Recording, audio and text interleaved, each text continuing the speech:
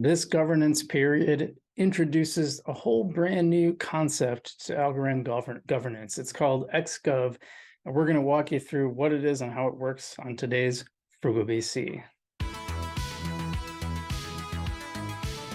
What's up, guys? Frugal BC here. Today we are talking about xGov. xGov is the newest version of Algorand governance. It's a little bit complicated, and there are a lot of questions about it from the community. There's a good website that's kind of hard to find that kind of explains xGov, but there's so many questions it leaves off. And a couple of people in the community are putting together some FAQs. I borrowed a bit from that, and I'm gonna shout those community members out as I go through it. But I want to break down what xGov is, how it's going to work, and kind of give you my thoughts on whether it's worth signing up for and who might be interested in signing up and who might not. So before we get to that, if you wouldn't mind hitting that like and subscribe button, we do the experiment, and we are going to do an experiment with xGov just to try it out, so we can bring you the information. Not really doing it to earn money, because I'm going to put a very small amount in, just enough to make me eligible to do it, and just to tell you how it goes, and so we can keep reporting on it. But I don't know that it's going to be financially worth it. We will get to that. I think it's going to be more aimed towards people who want to have a greater say in how the community runs. All right, so what is it? Well, basically, xGov is a new mechanism. Now, the opt-in is starting in this period, but the actual voting is going to start next period. And it has a longer lockup period. So you're going to lock up for 1 year. In fact, let me show you xGov's page, and we'll just walk through that. This is the Algorand Foundation's xGov page, and they kind of explain it. I'll just read through it here. It says, xGov program is the next step in the evolution of Algorand's governance and our journey towards responsible decentralization. The program aims to create an expert layer of governors who apply their acumen to funding decisions that align with our mission of growing the Algorand ecosystem, starting with grant applications. So let's talk about step one here. So you'll commit, and when you sign up, when you check the xGov box, we'll go through that. When you check the xGov box, lock your rewards, governance proposal, governance rewards for a term of 12 months. So you're going to lock this up for 12 months, and your rewards aren't going to come back. They're not going to come back to you right away. They're going to stay locked up.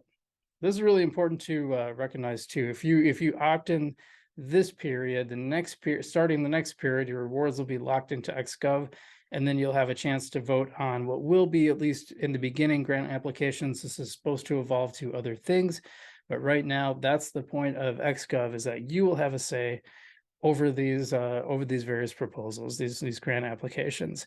And I think that's no small thing. You know, what gets grants will help shape the future of Algorand and what projects are on it. So that will be coming. Step 3 will be vote. Well, you review and you vote. Really, I think that's kind of one step, in my opinion. I don't think you're going to look at it and think about it for like 20 days or something, but maybe you will.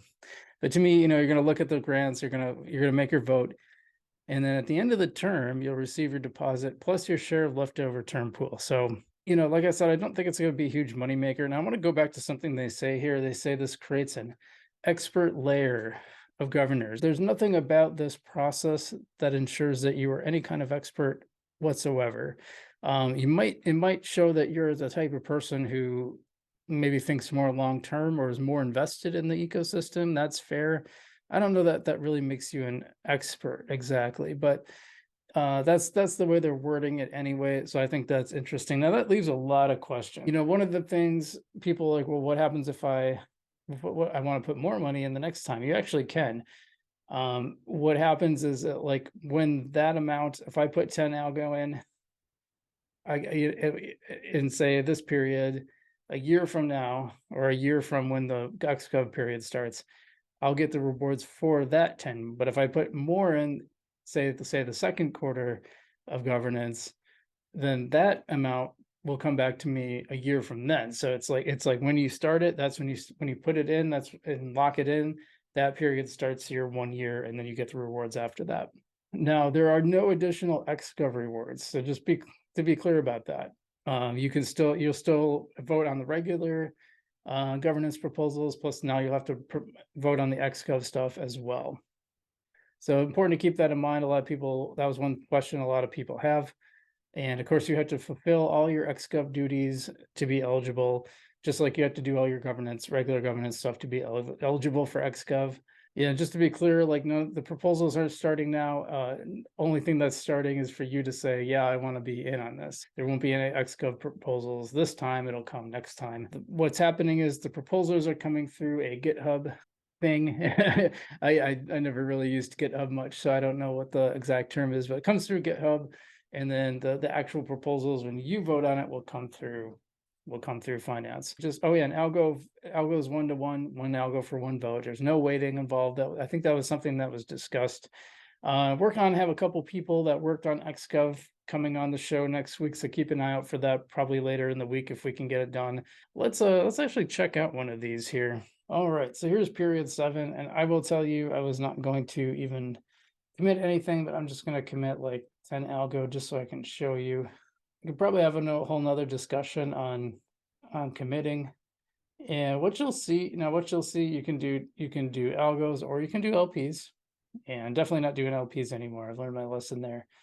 There's a little box now that says enroll as an xGov, and all you do is hit that box. So when you do that, it has a little pop-up window that says become an xGov. Understand, by opting into the xGov program, you must remain eligible for this governance period. And I authorize my rewards to be paid to and locked in the xGov program for 12 months. So it goes to a separate wallet that goes to xGov, and then after 12 months, you get it like we talked about. I understand that if I forget to fulfill my xGov duties or voluntarily exit the program, I will forfeit any right to these awards. So the stakes are higher. Like I said, it's putting more skin in the game. It doesn't necessarily make you an expert, but it does make you more committed. If I fulfill my xGov duties, I will be eligible to receive my rewards in 12 months. And we're just locking in 10 because we just want to participate. I don't care about the rewards. I think they're pretty much junk anyway. And you just check the box, hit commit your algo. Oh, is it using my? Oh no. Okay, so I had to log out. I realized my algo is still logged in here, so I had to log out of my algo and log back in with my Para wallet. So it's all set up now because I have it rekeyed, so I can't do anything with my algo anymore.